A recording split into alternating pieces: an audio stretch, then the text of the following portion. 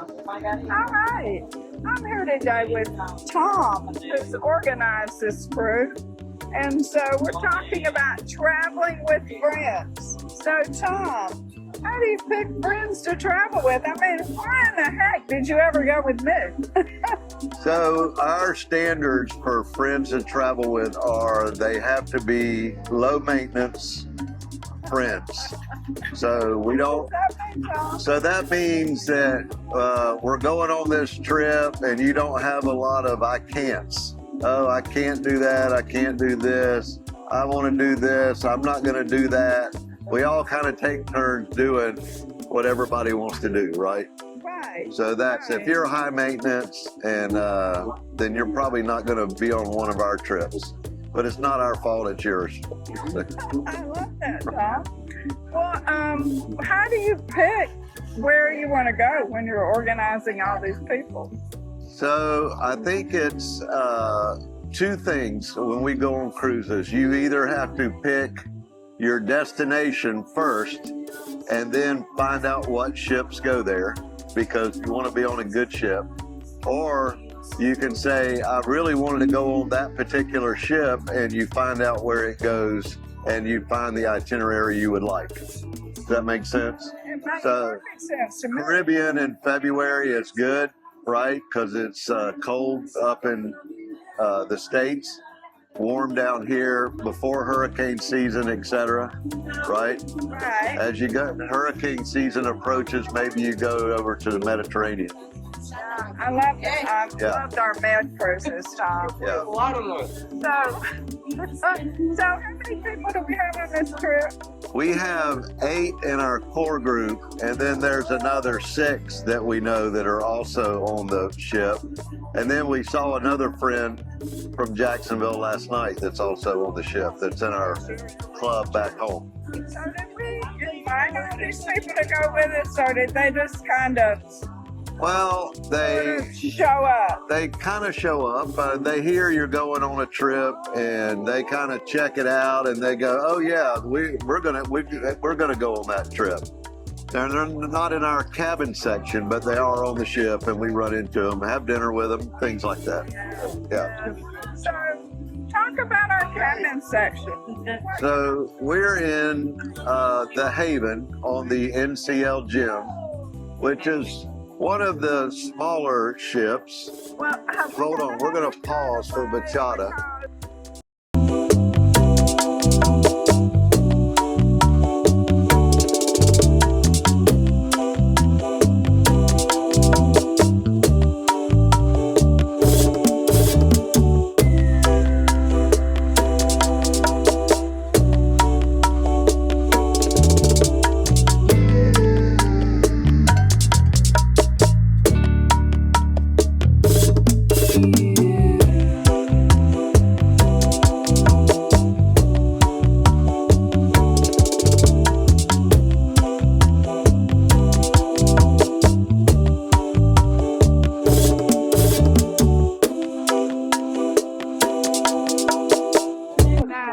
Back to my cousin, who's far more interesting than that.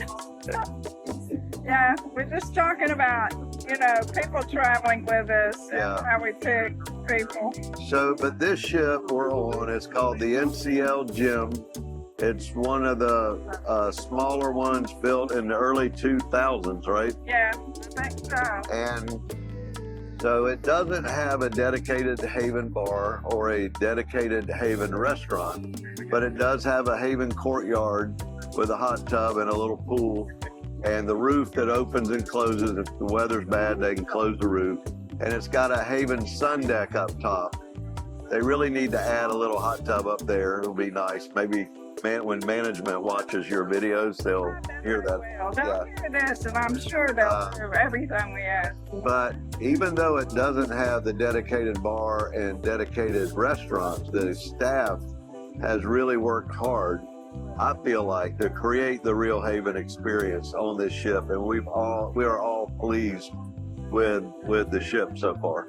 Yeah, I really love my cabin, and we have a great butler, and we have a fantastic fantastic concierge. The best I've ever had. Yeah, she's been great about getting us reservations everywhere we want to go, getting us on and off the ship. We really don't have to think about much.